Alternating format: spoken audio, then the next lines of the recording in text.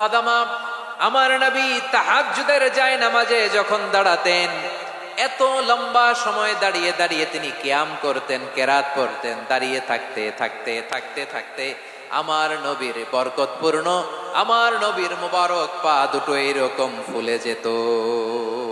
আমার নবীর পা গুলো ফুলে যেত দাঁড়িয়ে থাকতে থাকতে। বিষ্ণু ইসলামের পা ফুলে যেত। আম্মা জান আয়েশা এটা খেয়াল করতেন। খেয়াল করে বলতেন, ইয়া রাসূলুল্লাহ ক্বাদ গাফারাল্লাহু লাকা মা তাকাদ্দামা মিন যামবিকা ওয়া মা তাআখার। ও নবী, নিজের দেহের উপর কেন এত কষ্ট দেন? কেন রাত জেগে এরকম তাহাজ্জুদের জায়নামাজে দাঁড়িয়ে থাকতে থাকতে পা দুটো আপনার ফুলে যায়? কেন কষ্ট করেন? আল্লাহ কি বলে নাই, ও নবী আপনার আগের গুনাহ মাফ, পরের গুনাহ মাফ?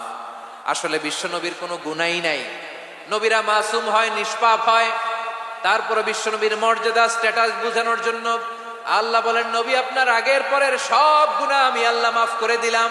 আম্মা জান আয়েশা বলে, না নবী, আগের গুনাহ মাফ, পরের গুনাহ মাফ, আপনি মাসুম, নিষ্পাপ, তারপরেও তাহাজ্জুদের জায়নামাজে কেন এত কষ্ট করেন? বিশ্বনবী জবাবে বলেন, আফালা উহিব্বু আন আকুনা আবেদান শাকুরা। ও আয়েশা, আমি কি শুকরগুজার বান্দা হব না? আমি কি শুকরগুজার হব না? আল্লাহ আমার সব মাফ করে দিছে, ঠিক আছে, আমার গুনাহ নাই, ঠিক আছে, কিন্তু আল্লাহর নাজ নেয়ামত ছাড়া তো এক মুহূর্ত আমার পক্ষে বেঁচে থাকা সম্ভব না। সে আল্লাহর নেয়ামতের শুকরিয়া হিসাবে আমার কি শুকরগুজার হওয়া উচিত না? আফালা উহিব্বু আন আকুনা আবদান শাকুরা। আমি কি শুকরগুজার বান্দা হব না? ও আমার ভাইয়েরা, বিশ্বনবী ঠিক এমন ভাবে আনুগত্যের নমুনা দেখাতেন। এখানেই শেষ নয়। আম্মা জান আয়েশা বলেন, তাহাজ্জুদের জায়নামাজে দাঁড়িয়ে থাকতে থাকতে ফালাম ইয়াজাল ইয়াবকি হাত্তা বাল্লা লিহিয়াতাহু। আমার নবী কেরাত পড়তে পড়তে কাঁদতে কাঁদতে দাড়ি বেয়ে বেয়ে ওনার পানি ঝরতো। আর এক জায়গায় এসেছে হাত্তা বাল্লা হাজারাহু, নবীর জামা ভিজে যেত চোখের পানিতে। অন্য বর্ণনায় এসেছে হাত্তা বাল্লাল আরদা, সিজদায় লুটিয়ে পড়ে যখন বিশ্বনবী কান্না করতেন, বিশ্বনবীর চোখের পানি দিয়ে জমিন ভিজিয়ে যেত, জমিন ভিজিয়ে দিতেন। কি আনুগত্য, কি আনুগত্য! এরপরে নামাজ শেষে দোয়ার মধ্যে বিশ্বনবী বলতেন, আল্লাহুম্মা ইন্নী আবদুক, ও আমার আল্লাহ, আমি আপনার দাস। ওয়াবনু আবদিক, দাসের ঘরের দাস। ওয়াবনু আমাতিক, দাসীর ঘরের দাস। সুবহানাল্লাহ, কি বিনয়! দোয়াতে বলতেন, আল্লাহ আমি আপনার দাস। দাসের ঘরের দাস মানে আমার বাবা আব্দুল্লাহ আপনার দাস। দাসীর ঘরের দাস মানে আমার মা আমিনা আপনার দাস। সুবহানাল্লাহ। নাসিয়াতি বিয়াদিক, আমার মাথার চুলের ঝুঁটি আপনার হাতের মুঠোয়, আপনি যেখানে টানেন ওইখানে আমি যেতে বাধ্য। আপনি আমার চুল ধরে টানে টান দিলে আমি টানে যাই, বায়ে টান দিলে আমি বায়ে যাই। আমার কোনো ক্ষমতা নাই, সব ক্ষমতা আপনার। দেখেন, যেই নবীর কোনো গুনাহ নাই, উনি দোয়ার সময় বলতেন, আল্লাহ আমি আপনার দাস, দাসের ঘরের দাস, দাসীর ঘরের দাস।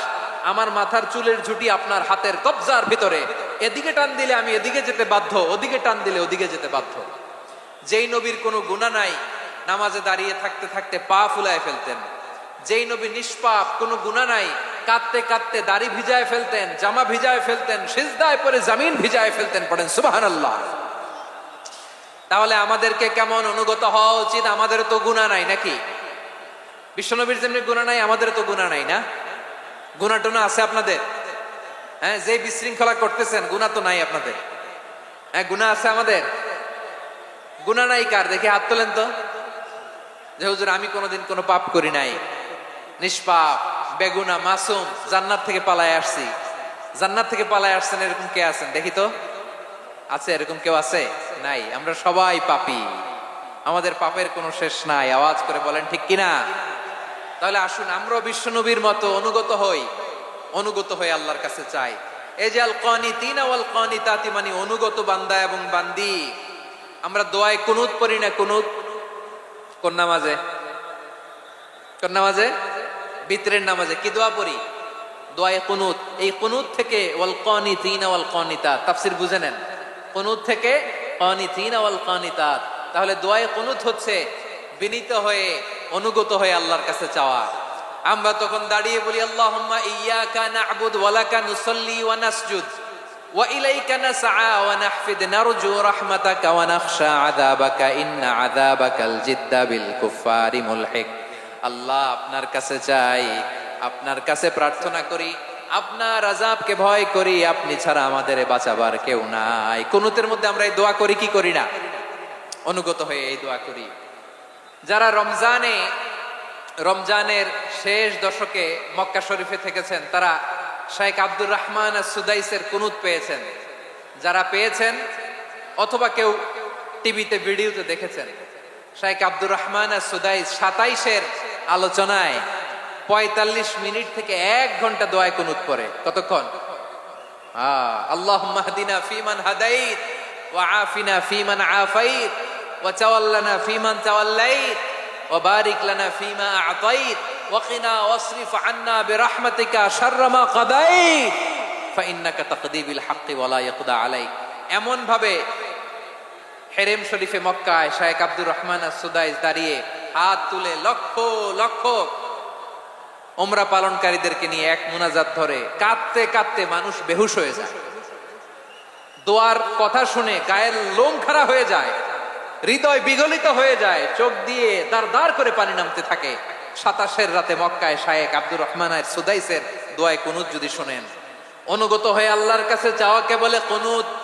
আল্লাহ বলেন আল কানিতিনা ওয়াল কানিতাতি, অনুগত বান্দাদেরকে আমি পছন্দ করি। আমার 3 নাম্বার পছন্দনীয় বান্দা হলো অনুগত নারী ও পুরুষ। সুবহানাল্লাহ পড়েন। তাহলে 10টার মধ্যে 3টা চলে গেল, কয়টা? তো এরকম মাছ বাজারে গরুর হাটের মধ্যে কি আমি তাফসীর করলে হবে? তো ইটস লাইক এ গরুর হাট। এটা তো মাছ বাজারের মতো হয়ে গেছে আমার ভাইয়েরা। এত অনুরোধ অনুনয় বিনয় করার পরেও একটু শান্ত হবেন না আপনারা? আর কয়েকটা মিনিট শান্ত হবেন না?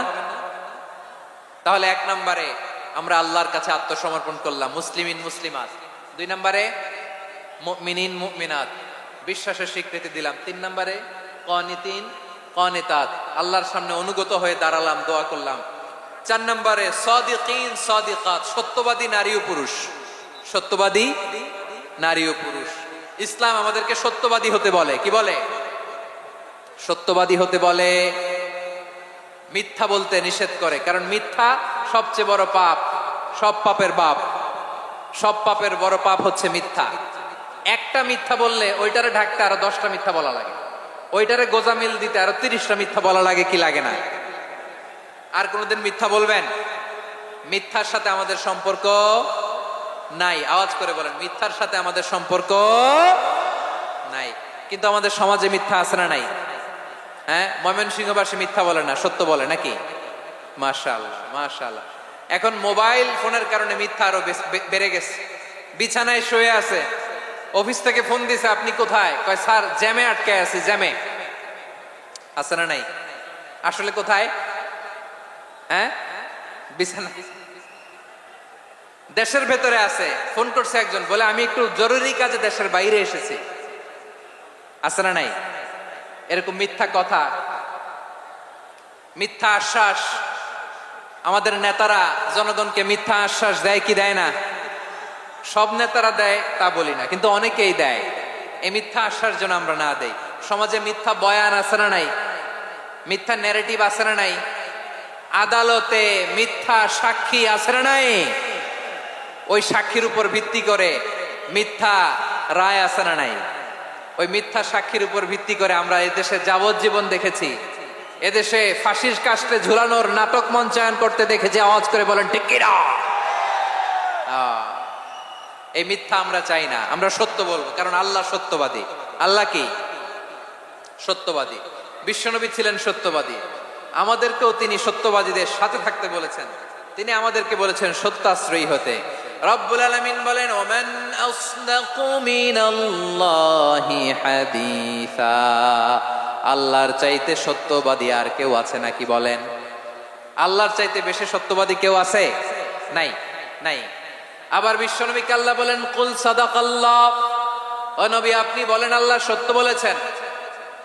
সাদাকাল্লাহ মানে সত্য বলেছেন, আল্লাহ সত্য বলেছেন। এই আদেশটি আল্লাহ তাআলা বিশ্বনবীকে দিয়ে বললেন কুল সাদাকাল্লাহ, ও নবী আপনি বলে দেন আল্লাহ সত্য বলেছেন। এই জন্য আল্লাহর বাণী তেলাওয়াত করার পরে কারি সাহেবরা দেখবেন পড়ে সাদাকাল্লাহুল আযীম।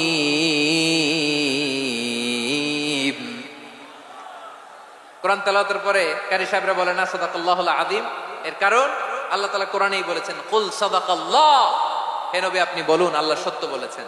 এজন্য আল্লাহর বাণী তেলাওয়াতের পরে কারীরা বলে সাদাকাল্লাহুল আযীম, মহান আল্লাহ তাআলা তিনি সত্য বলেছেন। এটা বলা আবশ্যক না, সুন্নাহ